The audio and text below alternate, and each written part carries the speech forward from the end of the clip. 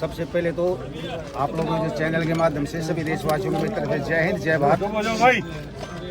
आज जिला जींद जाजनवाड़ा गांव, आप सभी को पता है, इस गांव का एक सपूत जो भारतीय सेना में 2015 में भर्ती हुआ था, जिसका नाम है अमर बलिदानी प्रदीप कमांडो।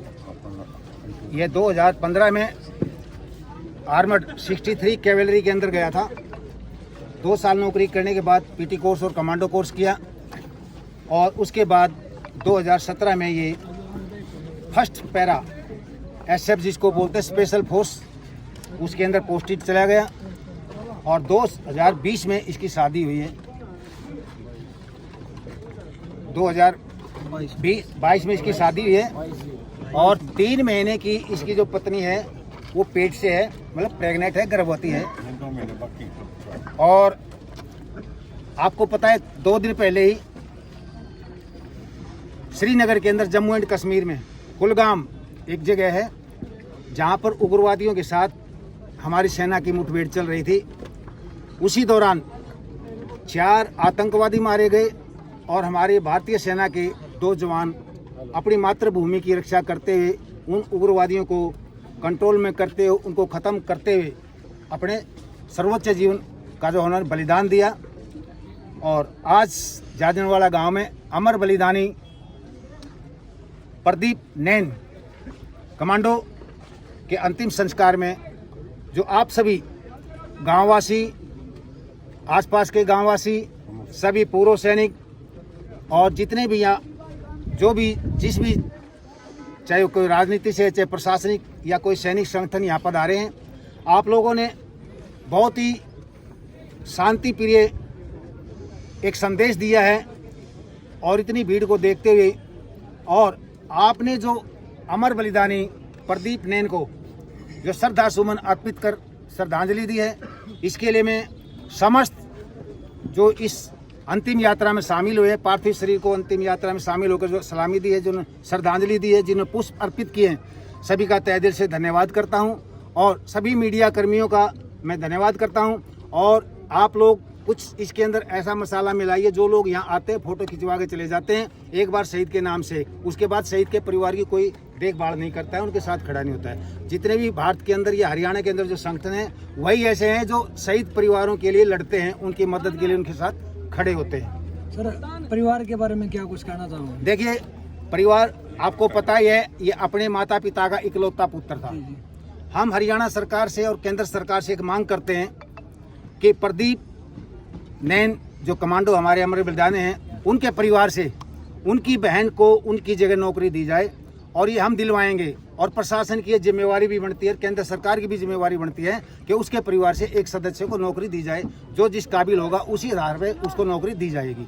सर, ऐसा क्या है कि सरकार शहीदों को मान सम्मान क्यों नहीं दे रही, उनके परिवार की तरफ ध्यान क्यों दे रही? देखिए, सरकार बहुत मान सम्मान देती है, हम इस चीज़ के लिए नहीं बोल सकते सरकार मान सम्मान नहीं देती है। हाँ, ऐसे मौके के ऊपर जब आते हैं, उनको शुरू से लेके आखिरी तक रहना चाहिए, परिवार के साथ 2 मिनट बात करनी चाहिए, उनको सांत्वना देनी चाहिए। लेकिन ये क्या करते हैं, चाहे वो राजनीतिक हैं चाहे प्रशासनिक है, यहाँ आते हैं, पुष्प अर्पित किए, श्रद्धांजलि दी, एक फोटो खिंचवाया, अपनी शक्ल दिखा के फिर चले जाते हैं। इस बात का दुख है। सरकार से हम लड़ाई लड़ते हैं, अगर कोई ऐसी बात होती है, हम जैसे किसी का बच्चा नहीं है या पत्नी नहीं है, अगर किसी की बेटी है या कोई दिव्यांग बच्चा, हम उसकी भी पेंशन करवाने में लगे हुए हैं। तो ऐसे परिवारों के लिए सरकार बहुत कुछ करती है, लेकिन जो प्रशासनिक अधिकारी हैं वो आंखें मूंद के सोए हुए हैं, उनकी आत्मा को जगाना पड़ता है।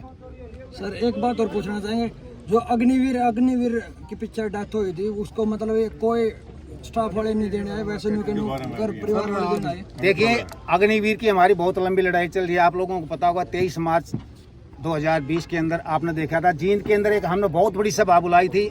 हरियाणा, पंजाब, राजस्थान, दिल्ली, उत्तर प्रदेश, जितने भी किसान संगठन थे और सेना के संगठन थे, उनको सबको जींद के अंदर जाट धर्मशाला में एक मीटिंग की थी अग्निवीर योजना के लिए कि कोई भी इसके अंदर रजिस्ट्रेशन ना करवाए। लेकिन बेरोजगारी इतनी है, कोई हमारी युवा सुन नहीं पाया उस टाइम और उन्होंने रजिस्ट्रेशन शुरू करवा दिया 24 तारीख से ही।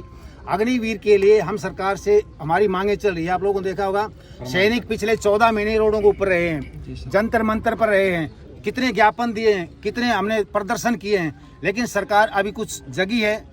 हो सकता है 7 साल या 10 साल करें और उनको घर पे नहीं भेजा जाएगा। 70% रेगुलर होंगे और जो 30% बचेंगे पैरामिलिट्री जो फोर्स हैं, बीएसएफ हो गया, सीआरपीएफ हो गया, सीआईएसएफ हो गया, उनको वहीं पे एडजस्ट कर दिया जाएगा कि उनको एक ट्रेन सोल्जर मिल जाते हैं, कोई खर्चा नहीं होता है फालतू का।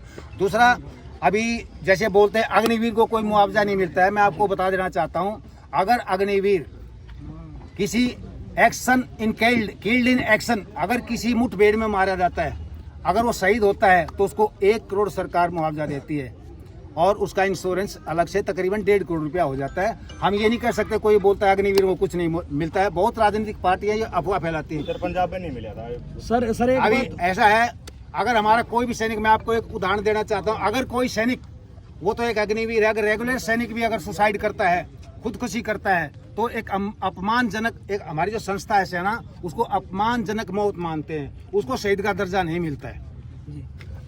सर लगातार फौजी शहीद हो रहे हैं। तो मतलब पैसे बोल रहे हो, पैसे मिल जाए उसको, अग्निवीर को मतलब जो सम्मान मिलना चाहिए उसको शहीद का दर्जा क्यों नहीं दिया जाए? उसके बारे में अभी ये हमने बोला ना, अभी आपको 23 तारीख से और जो 31 तारीख तक बजट चल रहा है, केंद्रीय बजट, जो सामाजिक बजट, उसके अंदर बहुत सी घोषणाएं आपको देखने को मिलेंगी और 23 तारीख से शुरू हो जाएंगी ये घोषणा।